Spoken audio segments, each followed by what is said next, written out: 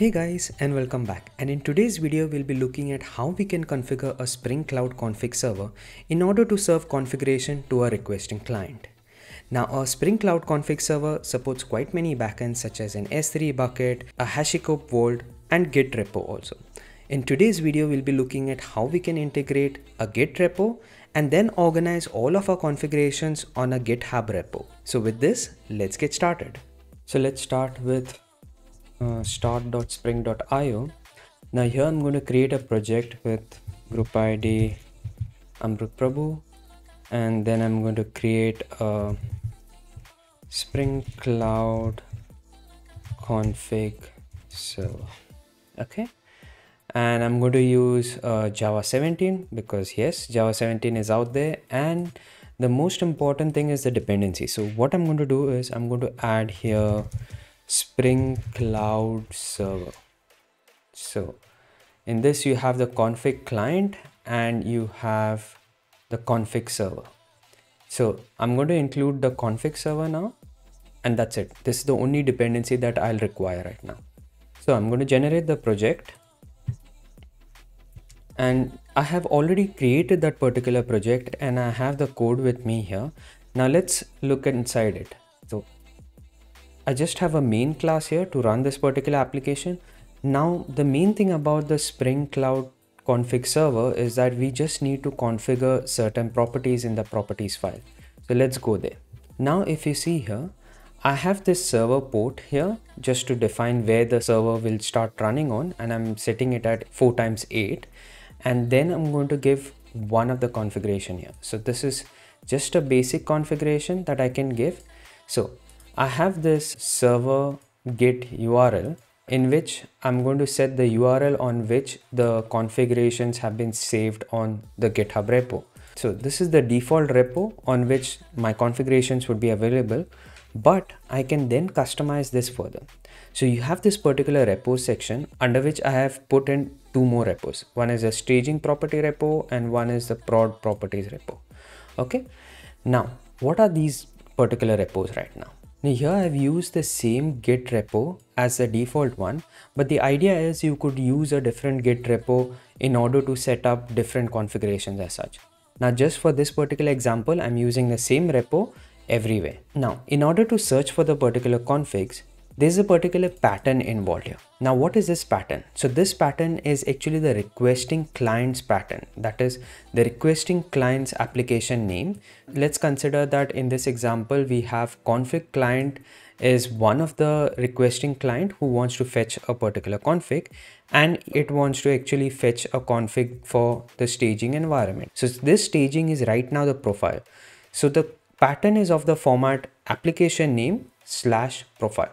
Now you could also use wildcard something like this. So any client with an application name config-client and something maybe ahead of it will be satisfied by this particular repo, and for any kind of profiles. Now with this, let's look at what's present on our Git repo.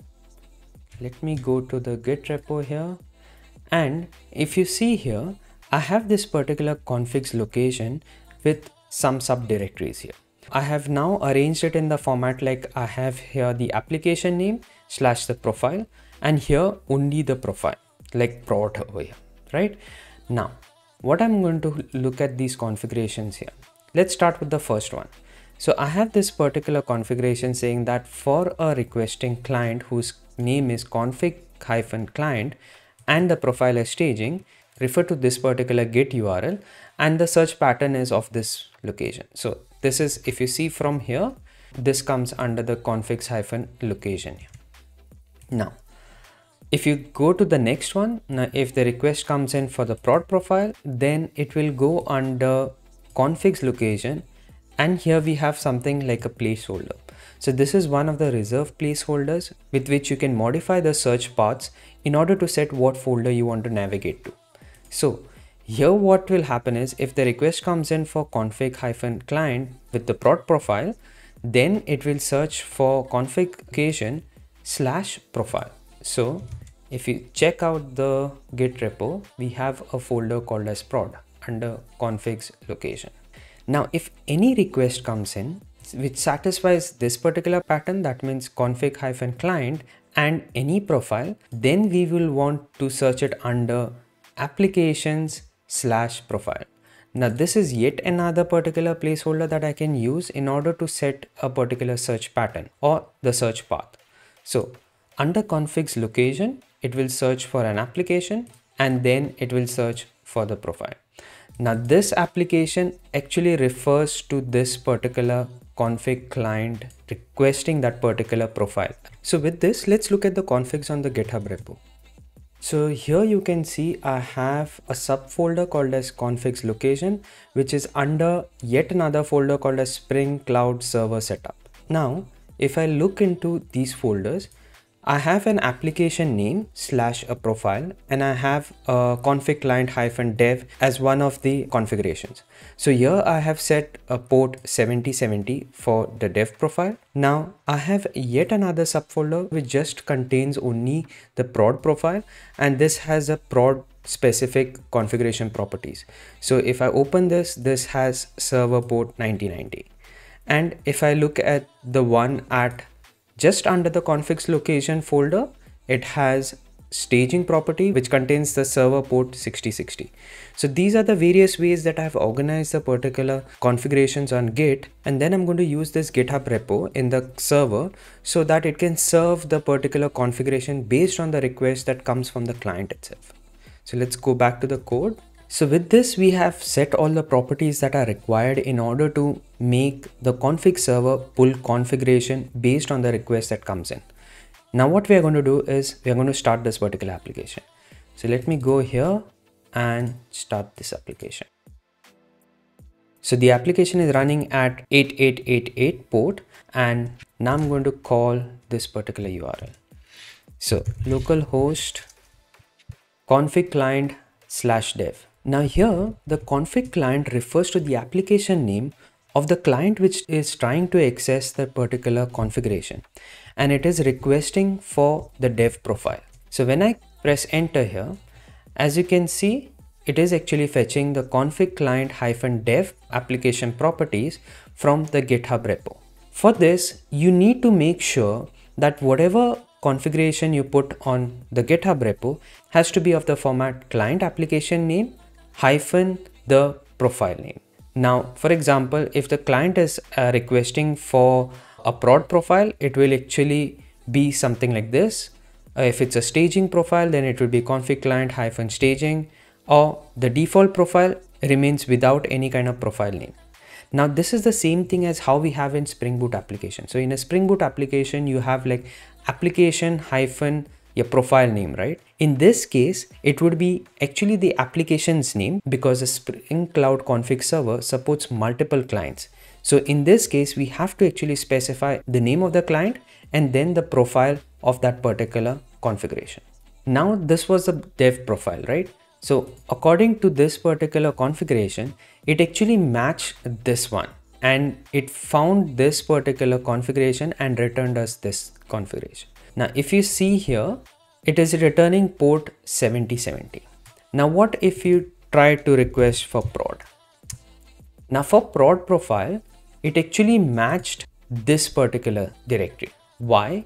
Because if you go back to the properties file here, I have explicitly said that if the requesting pattern comes of the client name and the prod profile, then it should go to configs location _profile. So if I open actually this particular file here, you can see that the server port is set to 9090. And this is the same thing that has been written here. Now let's look at something a little bit different. I'm going to make a call to fetch the staging profile. So let's go here and call staging. Now if you see here, it returns actually two configurations. One is the default configuration and one the staging profile configuration. Now in the case of a Spring Boot application, what usually happens is if you have a default profile and you have a profile specific configuration, your profile specific configuration actually overrides the ones from the default, right? This is the same thing that is happening here also. And that's the reason we are getting both the configurations.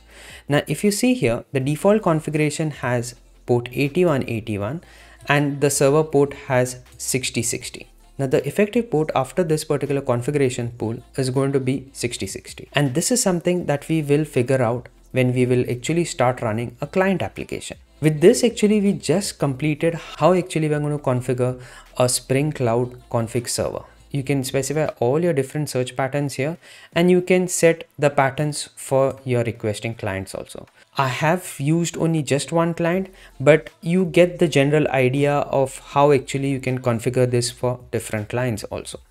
Next thing what I'm going to do is I'm going to create my client application. So for this, what I'm going to do is I'm going to remove this server config dependency, and I'm going to add, so we have the Spring Cloud config, and we are going to just add the config client dependency. Along with this, since we are going to use the server.port property, we need actually the web dependency. So for this, I'm going to add the Spring web dependency. This is an optional dependency. This is just to make sure that I can start the particular application at a particular port, and I can have the Tomcat server running using that particular port that has been defined inside the application properties file.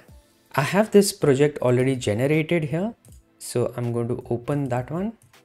So this is nothing but a simple main application here, and I have two resources here.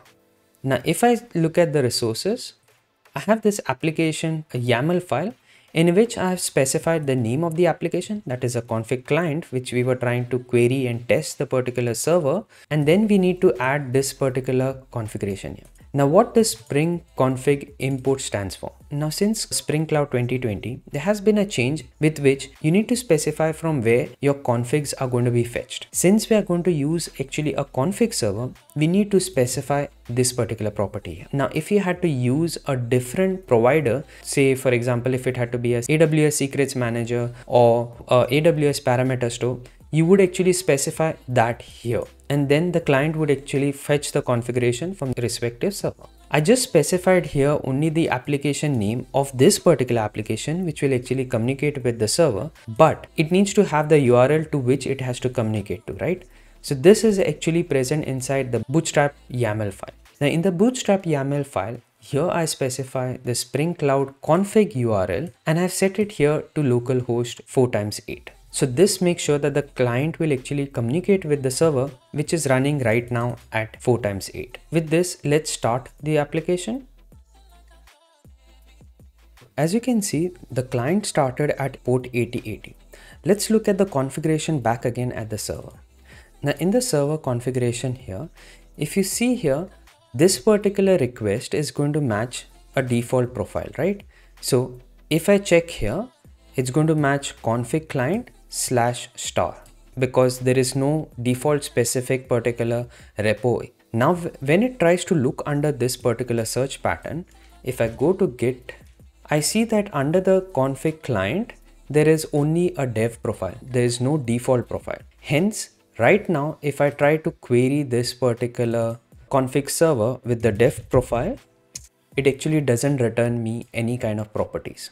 Because of which the default port that is for Spring Boot is 8080, and this application starts at 8080. Now let's look at what happens if we provide a particular profile.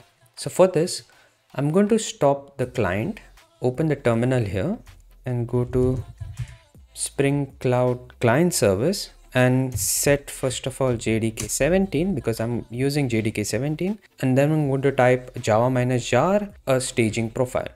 Okay, so now when I hit enter here, so as you can see, the client application actually started with port 6060 because it actually fetched the configuration from this config server, and the config server returned it the value. If you check here, it is 6060. So remember I had told you that it overrides your profile specific properties, overrides the default properties that are present here, and that's what it did.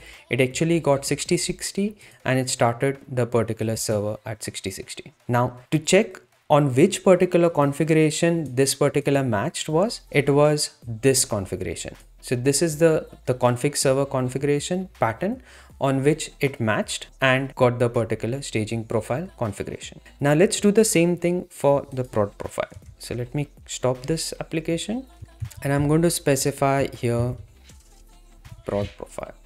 Let's go and check what our prod profile output should be like. So when I search for this, it is port 9090.